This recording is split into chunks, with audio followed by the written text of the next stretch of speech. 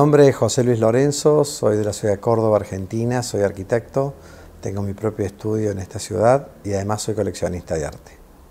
Al arte llegué, no de casualidad, pero sí por un regalo que me hizo una hermana mía cuando cumplí 30 años, que fue una caja de Fernando Allievi, que es una de esas obras que durante estos 28 años siempre ha estado exhibida en algún lugar de mis casas. Hoy está acá en el living, que es un torso femenino, un desnudo de un torso femenino. Y cuando Nilda me regaló esa obra de Fernando, me hizo dar cuenta llegué a la conclusión de lo lejos que estaba del mundo del arte y de la escena del arte, y lo poco que sabía de eso. Y Fernando, alertado por esto, me empezó a acompañar, a hacer visitar museos, galerías, talleres de artistas. Me sugirió la compra de las primeras obras, así fue que fuimos al estudio del marido de Rosa González, ahí en Cañada y Colón, donde tenía su estudio de abogacía, y ahí compré una obra también de pequeño formato de Rosita, y ahí fuimos a Praxis y compré una obra de pequeño formato de Nina Molina, que fueron las primeras 3 obras de la colección. Pensemos que todo esto se hace y se construye en base a lo que yo gano como arquitecto, no es que tengo plata de otro lado y la gasto en esto. Entonces, esas primeras compras fueron como lo que era accesible para mí y pagándolas también en cuotas. Desde chico siempre tuve esta pulsión por el coleccionismo. Yo coleccioné monedas, estampillas, hice todas unas carpetas del Mundial de Fútbol, recortes sobre las Malvinas, coleccioné todo lo que se podía coleccionar de chico. Yo tuve un accidente a los 13 años y creo que un poco ese accidente marcó muchas cosas mías, un accidente en un pie, con lo cual tuve movilidad reducida mucho tiempo. Y esa movilidad reducida hacía que tuviera mucho tiempo de estar sentado y por ahí mis vacaciones fuesen pasarlas en casa, en el pueblo nuestro, sin mucha actividad al aire libre, ¿no? Y además siempre me interesó esto de coleccionar. Entonces, y cada vez que colecciono lo he hecho con bastante disciplina y rigurosidad. Por ejemplo, las estampillas, que las colecciono con una hermana mía, con otra hermana mía. Tenemos una colección bastante sistematizada, que la dejamos de progresar ahora unos 8 años, de Inglaterra, España y Argentina, pero está toda perfectamente sistematizada y me gustaría en algún momento retomarla. Cuando coleccioné etiquetas de cigarrillos pedíamos a las tabacaleras de Estados Unidos o Uruguay, y yo las pedía las etiquetas vírgenes para ponerlas en placas. El trabajo que hice de Malvinas fue de una profundidad enorme en el colegio. Yo el Mundial de Fútbol lo viví en Buenos Aires, había sido operado y estaba allá. Estuve internado mucho tiempo en un hospital y después cuando salí me quedé para el Mundial, pude ver la final. Y una hermana mía acá en Córdoba trabajaba de traductora con los alemanes, entonces me juntaba cosas de ellos y también fue lo mismo, como marcó como otra etapa en mi vida. Pero la verdad que después no pensé que fuera a convertirme en un coleccionista de arte verdaderamente. Ese regalo fue lo que encendió la mecha y a partir de ahí surgió esta colección. Y la verdad que cuando miro para atrás y pienso en estos 20 y pico de años, 28 años, todo lo que ha transitado, mi vida entre la arquitectura y el arte, la verdad que no me produce nada más que placer y felicidad. Yo creo que a mí lo que me pasa, ¿no? Cuando recorro una muestra en una galería, en un museo, o cuando voy a la casa de algún coleccionista o a la casa de no un coleccionista, pero alguien que le guste el arte, siempre hay obras que me llaman la atención por sobre otras, ¿no? Si veo un taller de artistas y veo 10 obras, creo que de ese artista hay una o dos que me enamoran. Creo que la obra tiene que tener algo que me conmueva, que me llame, que me despierte ese deseo por poseerla, esas ganas de tenerla, esa pulsión. Y yo digo, por ahí uno es muy infiel, porque son como enamoramientos a primera vista, y a lo largo de mi vida me enamoró como demasiadas veces de obras que he ido mirando y que me han llevado también el deseo de tenerlas. Por supuesto que esa pulsión inicial de querer tener todo, con el tiempo se transformó en algo mucho más razonado, en algo mucho más pensado, en ir viendo si realmente esa obra, qué es lo que aporta a la colección o no, con qué obras va a dialogar, con cuáles no. También nos ha llevado el tiempo a pensar por ahí compras como direccionadas, es decir, a ver, de este artista, de este periodo, de este tema, nos está faltando obra, ¿no? Entonces empecé a estudiar la colección, mirarla de una forma mucho más amplia, como en un mapa, mapear la colección e ir viendo qué nos falta y ahí salir a buscar estas obras. Salir a buscar alguna obra, cuál, no sé, o sea, también pensemos que en este marco que es nuestra colección, siempre hay cosas que escapan, y escapan fundamentalmente porque es muy difícil tenerlas o económicamente imposibles. O sea, también hay que trabajar con la realidad. Nosotros siempre decimos que la colección mía es una colección posible, porque parte de la realidad. O sea, no es que puedo tener una obra que valga $1.000.000 porque no podría pagarla.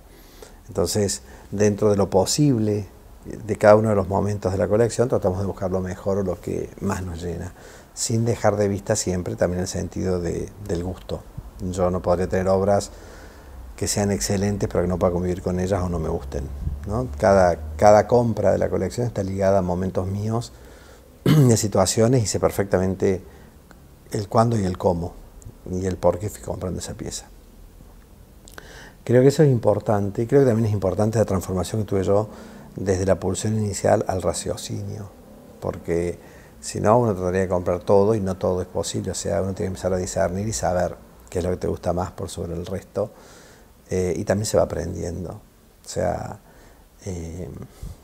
nada, por ejemplo, cuando empezamos a comprar fotografía, yo tenía muy poquito conocimiento de la fotografía, y después, gracias a Gabriel Balanzi en segunda instancia y en primer lugar a lo que fue Corazón Cordobés acá en Córdoba, esta galería de fotografía, y después charlas con Rolf y demás sobre lo que es hoy la fotografía argentina y latinoamericana, uno va aprendiendo y va aprendiendo a ver, a mirar, a descubrir cosas, a ver qué te produce cada una de estas obras que vas adquiriendo. Yo creo que hay temas que me interesan más que otros. Yo hace un ratito te decía la arquitectura. O sea, evidentemente la arquitectura me atrae porque la he estudiado, porque la practico, porque la hago, porque la desarrollo. Entonces, cuando veo una obra que tiene arquitectura, me despierta muchas más sensaciones que otra que no lo tenga. Por ejemplo, esa obra de Gabriel Balanzi, que si bien te trataba con placas de mármol, yo veo como una ciudad ahí con sus sombras, sus proyecciones y demás. También, por ejemplo, ideológicamente me interesa mucho el retrato, pero el retrato no solo como el retrato de una figura o de una persona retratada, sino la obra como retrato del tiempo, como retrato de un momento, como retrato de una situación, como retrato de algo que nos pasó. Y en ese punto del retrato también entran muchas veces las ideologías políticas, porque a lo mejor yo tengo una obra de Brodsky, que es una foto del Cordobazo, de un artista, de un fotógrafo, un fotoperiodista, intervenida por él, y está haciendo el retrato de lo que fue mayo del 69 en Córdoba. Entonces, también para mí eso es un retrato. Y a veces tengo una foto como es la de Curopatwa, con la ingesta de la pastilla del SIDA, y es el retrato de toda una sociedad en los 90 que fue muriendo por el SIDA hasta que se descubrieron los tratamientos. Entonces, a mí hay como muchas temáticas que se abordan y me interesan.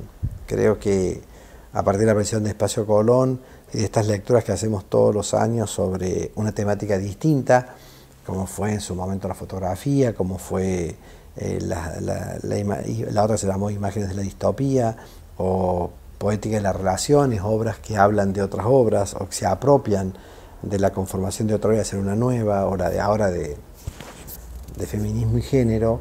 Creo que uno empieza a descubrir cómo involuntariamente o inconscientemente, pero con una cierta conciencia, uno va comprando obras que tienen que ver con otras. Entonces, por ahí, ideológicamente me va interesando qué relación mantienen las obras entre sí. Quizás eso lo aprendí también un poco participando en el comité de la Tate, en donde cuando se compra una obra, se ve con qué va a dialogar esa obra. O sea, con qué otras obras puede tener un diálogo, una relación, o terminar de conformar una idea o un periodo. Psicológicamente también hay un tema importante dentro de lo que es esta compra o apropiación de las obras.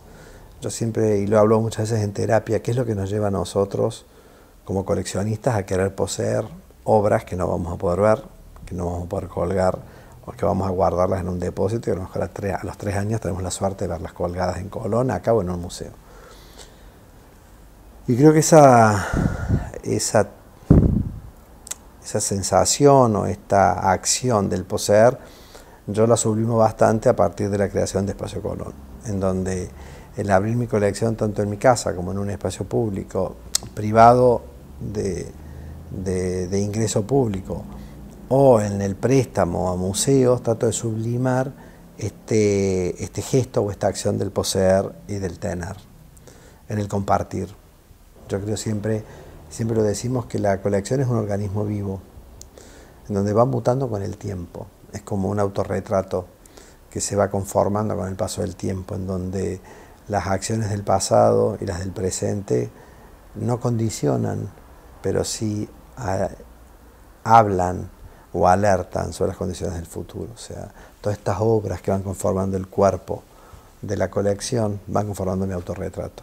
Las obras son como espejos en las cuales yo me miro, y la colección de uno un poco habla de uno, ¿no? O sea, es cuando vos mostrás, es casi como desnudarse ante la gente, porque evidentemente hay muchísimo de uno puesto en cada una de las elecciones. O sea, hay obras que hablan de uno mucho más que otras.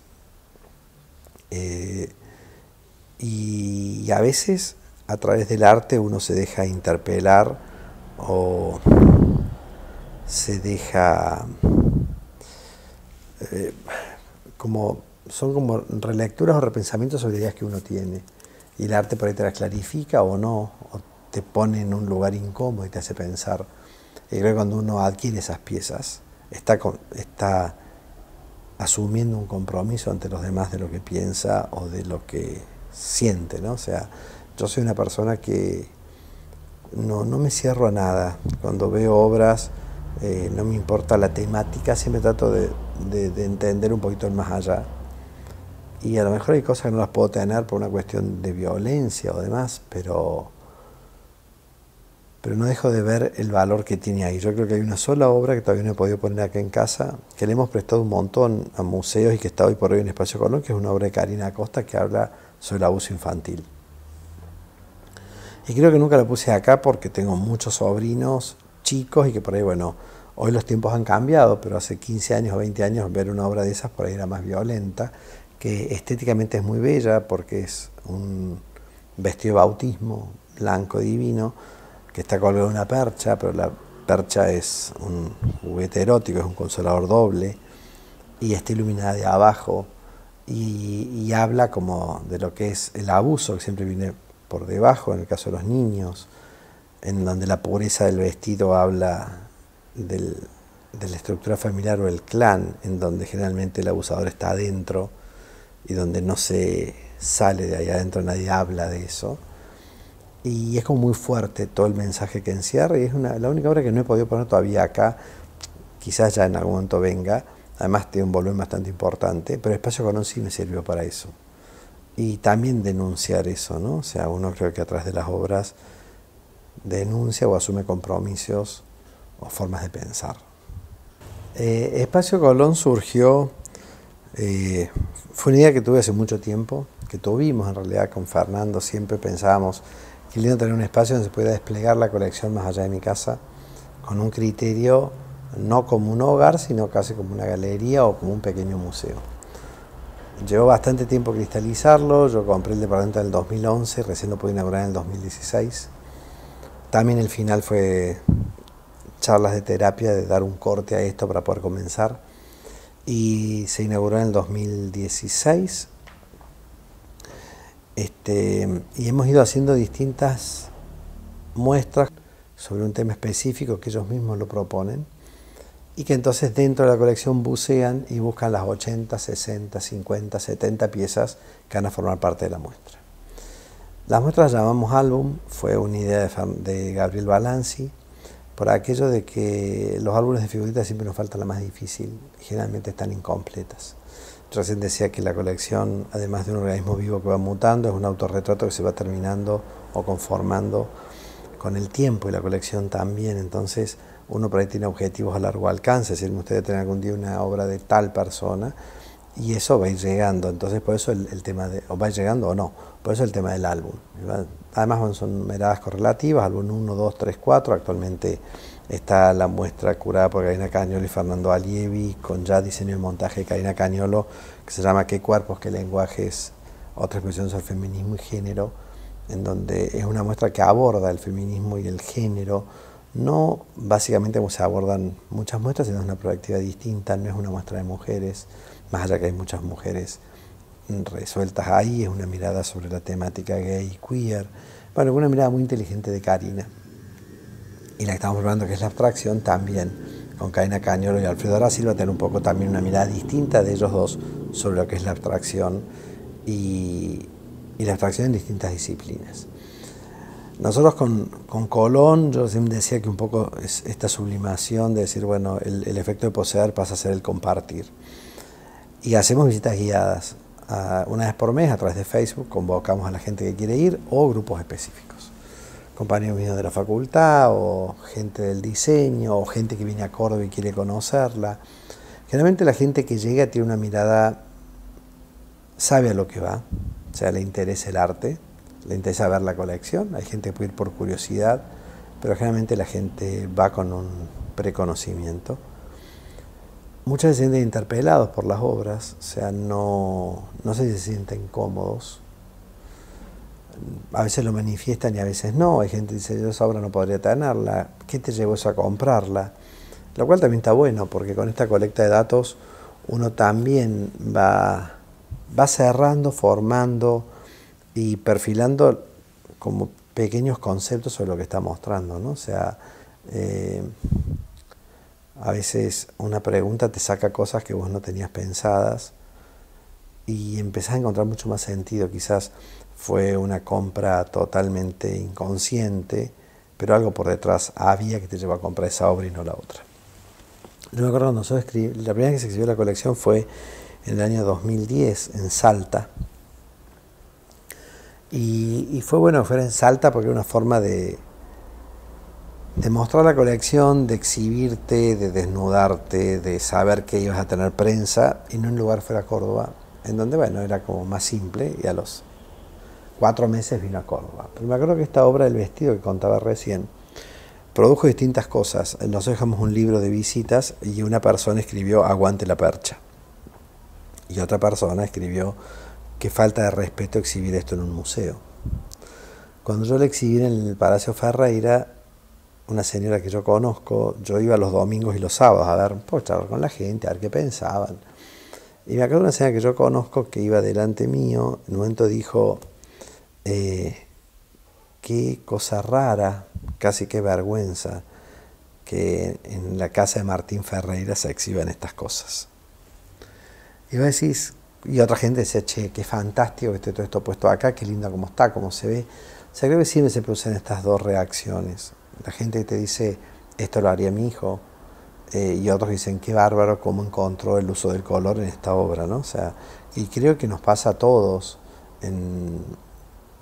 cuando no conocemos de un tema y nos largamos a opinar livianamente, puede pasar estas cosas, podemos cometer estos errores. Vos recién hablabas de las guitarras, yo muchas veces hablo con Gabriel Balanci de las guitarras y él me trata de transmitir la pasión que él siente por esa cuerda, por esa guitarra, por quien la tocó, por lo cómo suena, y uno que está por ahí afuera del tema no terminas de entender, ¿no? Y quizás muchas veces uno puede deslizar un comentario totalmente infeliz sobre una actividad. O sea, yo estoy preparado a eso y sé que pasa eso. Creo que siempre las opiniones son mucho más las positivas que las negativas. Las negativas casi no existen, porque también creo que se pondera el hecho de la generosidad, entre comillas, de abrir tu espacio para que otros vengan. Nosotros en Colón hemos tenido cosas maravillosas. El año pasado para Mercado de Arte, el 2019, tuvimos la suerte que venía Michael Wellen de la Tate, con quien yo estoy en el comité, y si venías de Londres a ver un poco qué era Córdoba, qué era esto que yo era de Córdoba, qué tipo de ciudad era Córdoba, y también a Buenos Aires, o vino Mari Carmen Ramírez del Museo de Houston, o vino Alexia Tala, que estaba preparando la Bienal de Guatemala, o vinieron críticos muy buenos de Brasil. Y lo más lindo y sorprendente fue verlos sorprendidos ante la producción artística que había en Colón. Muchísimos artistas de Córdoba o de Argentina que ellos no conocían. ¿Y qué era lo que venían buscando? Porque a veces pasa que no está ni bien ni mal, pero que las colecciones se parecen demasiado entre sí. Todos tenemos las mismas obras. Todos, no sé, yo voy en los viajes, visito muchas colecciones y hay obras que son impresionantes, que vos las ves en museos, bueno, que es lo que ellos no van a pretender ver en mi casa porque no las podría tener. Entonces el hacer estos recortes de artistas cordobeses o argentinos o latinoamericanos con respecto a una temática también está bueno. Está bueno por lo que ellos se llevan, por lo que aprenden y porque quien dice que no, algún artista de esas el día de mañana pueda pasar a formar parte de esas colecciones. Y ahí creo que hay una función específica del coleccionista que es el de promover, preservar y alentar la carrera de los artistas. Si yo en mi colección tengo guardado todo el tiempo en un depósito y te compro a vos 10 obras y las voy a guardar, vos vas a hacer un excelente negocio, vas a vender 10 obras, pero nunca vas a vender más.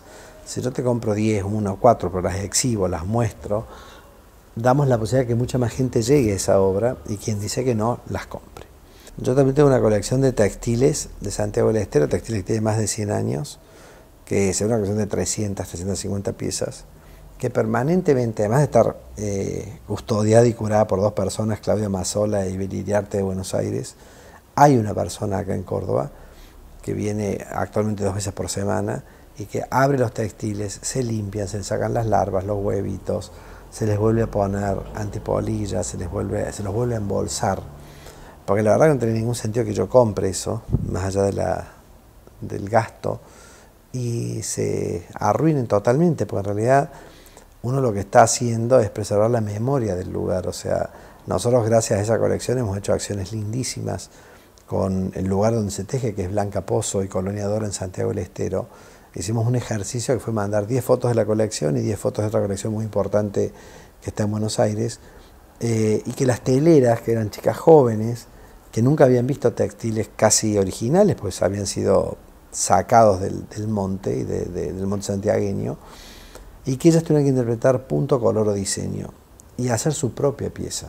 Y así eso lo exhibimos en el CCB de Santiago del Estero, en la Fundación Clem, eso lo exhibimos en el Museo José Hernández en Buenos Aires, en el CCB en Santiago y en el Palacio Ferreira acá en Córdoba, en el Museo de Evita Palacio Ferreira, y después en la Fundación Clem se exhibieron algunas piezas junto a las de algunos artistas textiles como Marina De Caro, Mónica Millán, y no me acuerdo si estaba Ángeles Ascua.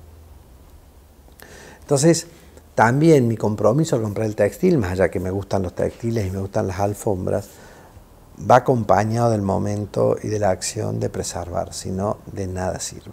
O sea, creo que si uno coleccionara vos guitarras, yo arte, textiles, alguien autitos Matchbox, para tenerlos oxidados, tirados, humedecidos, o yo lo tiro todo en un depósito que se pudre, y sería un acto de inconsciencia. O sea, no estás comprando un suéter que se te pueda apolillar si no estás con una obra de arte. Yo creo que el surgimiento, para cerrar esto, el surgimiento de Espacio Colón, trajo aparejado un montón de acciones que creo que son totalmente afines a lo que uno debe ser coleccionista. Uno como coleccionista, además de preservar los tesoros que posee, también debe tener una relación directa y de compromiso con el medio en el que vive, participando de las asociaciones o fundaciones que hacen a la actividad que uno quiere. Así como alguien forma parte de la cooperativa del colegio de sus hijos, o del hospital de su zona, o trabaja para el desarrollo de la medicina, ahí me tocó el arte. Entonces, si bien sé que trabajar en la Asociación de Amigos del Museo Carafa, en la Fundación Pro Arte Córdoba y en otras que trabajo, lleva tiempo, también es parte de mi compromiso, porque si no hago nada no puedo quejarme. Si mi lugar lo ocupa alguien que va a hacer las cosas de otra manera y no es como yo quisiera hacerlas, la única forma que tengo es de meterme, no de criticar.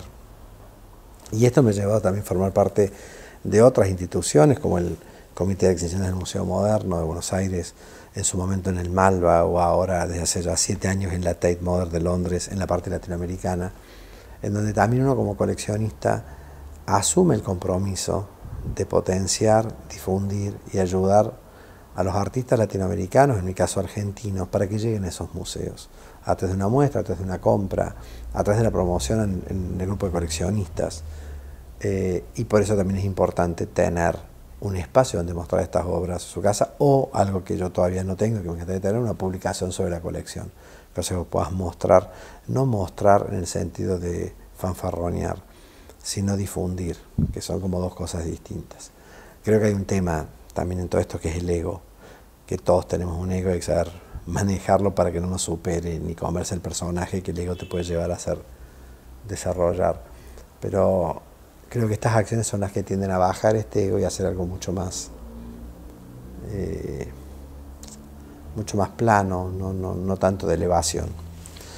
En estos viajes también, referido al otro que me preguntabas, uno tiene la posibilidad de empezar a ver cosas que no podría ver en Argentina o sí, o no a través de publicaciones, son las visitas a ferias, visitas a bienales, visitas a museos de afuera de la Argentina, en donde evidentemente uno termina de perfilar su perfil de coleccionista con otra cosa para mí muy importante, que es el aprender siempre.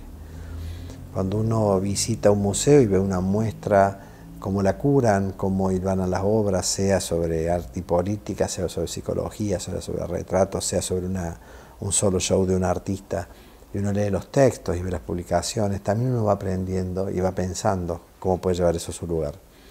Cómo puede una asociación de amigos trabajar desde otro lugar con este tipo de cosas. Cómo puede desarrollar las cosas. Cómo son las casas de los coleccionistas. O sea, uno tiene la suerte que le abran sus casas a muchísima gente. Y también es como bueno empezar a entender que lo que hago yo acá en Córdoba, a mi manera y de una forma mucho más sencilla, básicamente es lo mismo. O sea, puede haber una diferencia de presupuestos, pero no de acciones. Y creo que también es importante eso aprenderlo y saberlo hacer. Saber cómo muestran sus colecciones, cómo hablan, si te dan algo a la entrada, como un pequeño fascículo de lo que estás por ver, que es lo que nosotros hacemos en Espacio Colón. Como que te lleves algo de lo que estás viviendo. Cómo son las galerías, cómo son los espacios, cómo exhiben, cómo manejan las ferias, porque de pronto yo acá trabajé bastante como en el Comité Asesor de Mercado de Arte, que también ahora estoy un poco involucrado en lo nuevo. Es decir, cómo se hacen en el mundo las cosas, para aportarlas después a la escala local. Y de eso también se trata todo este camino recorrido que hablábamos al principio de 28 años, de que yo no imaginé nunca esto, pero a su vez es como tan rico que si lo miro para atrás jamás volvería para atrás, o sea, jamás pensaría una vida distinta a la que tengo, que por supuesto las vidas cambian y las situaciones cambian. Yo puedo tener un gran revés y no poder viajar más en mi vida, bueno, mala suerte, lo haré desde acá mirando de otra forma. Pero el hecho de haber compartido, aprendido y visitado tanta gente en este tiempo y haber desarrollado amistades dentro del mundo del arte, son las que te terminan formando tu personalidad y tu persona y enriqueciéndote. Yo pienso además que el arte es una actividad igualitaria. Uno puede sentarse, uno puede sentar en el comité de la Tate con gente más rica, más poderosa, igual de rica, igual de poderosa, menos rica y menos poderosa, no importa la escala de esto, pero algo nos iguala y nos vuelve a todos horizontales, que es el arte, porque el conocimiento es lo que iguala. O sea, yo estoy perceptivo y abierto para lo que va a decir el otro y el otro está abierto para lo que va a decir yo. Entonces en ese momento el conocimiento y nuestra toma de decisiones y toma de partido sobre lo que estamos hablando es lo que a todos nos iguala. Y para mí es algo maravilloso del arte. Yo no tengo dudas que hay tantas colecciones como coleccionistas, como modos de coleccionar. Cada cual sabe cuál es su formato y su estilo. Puedes tener asesores, puedes no tenerlos. Puedes coleccionar arte argentino, arte latinoamericano, arte moderno, contemporáneo, retrato, figura, formas, lo que quieras. Pero sí estoy seguro que el coleccionismo es un viaje de ida, que hay muy pocos retornos, hay muy pocas formas de volver para atrás. Uno puede elegir por dónde transitarlo, puedes ir por una colectora, una ruta provincial, nacional, una autopista, pero el destino siempre es el mismo. Y creo que es lo mejor que me pudo pasar a mí, porque la riqueza de vida que yo siento que tengo, mi vida interior, es como producto, sin lugar a dudas, de la arquitectura y el arte, estos dos pilares en mi vida que me han ido acompañando en estos 58 años de vida y que la verdad que me fascinan y me encantan, sean parte de la misma.